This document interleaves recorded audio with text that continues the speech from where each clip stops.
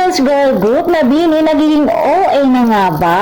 Usapan na ngayon sa social media ang grupong BINI dahil nga naman hindi makakailang sobrang sikat nila, kaya naman ang mga bawat kinikilos nila ay talaga naman binabantayan ng mga netizens. Dahil nga naman nung dumating daw sila sa airport ng Cebu para sa kanilang BINIverse Cebu ay halos hindi na daw sila makilala dahil nga naka full mask or halos matakpan na ang kanilang mukha. Dahil dito may mga ilan ng mga netizens na nambash sa kanila, dinaik pa daw nila ang iba pa mga sikat katulad na lamang ni Miss Sarah Geronimo, Taylor Swift at iba pa mga K-pop artist. Nila kinakailangan pang magsuot ng mask. Ayun nga, diba? Dahil nga naman kunwari daw si Miss Sarah Geronimo kapag nasa public place siya ay hindi naman daw siya nagmamask. Sobrang sikat na ni Miss Sarah. Naman dahil dito sinabihan ang BINI na napaka-OA na. Siyempre kung may mga nambash, may mga nagtanggol din sa kanila ng mga blooms. Management decision daw iyon, kaya naman kinakailangan nila itong sundin at syempre umiiwas din sila sa mga viruses sa paligid, kaya naman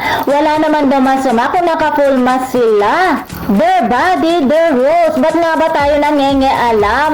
Hindi nga talaga makakailan na talaga naman they are so expensive na ngayon, diba? At hindi naman talaga biro ang pinagdaanan ng BINI kung dati halos walang pumapansin sa kanila, pero ngayon napakalayo na ang kanilang narating at magkakaroon pa sila ng concert sa Araneta Coliseum, diba? Sobrang bongga.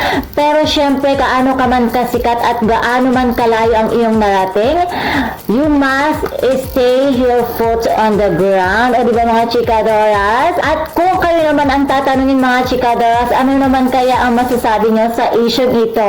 And for more showbiz update, please don't forget to like, share, and subscribe my channel. Thank you for watching.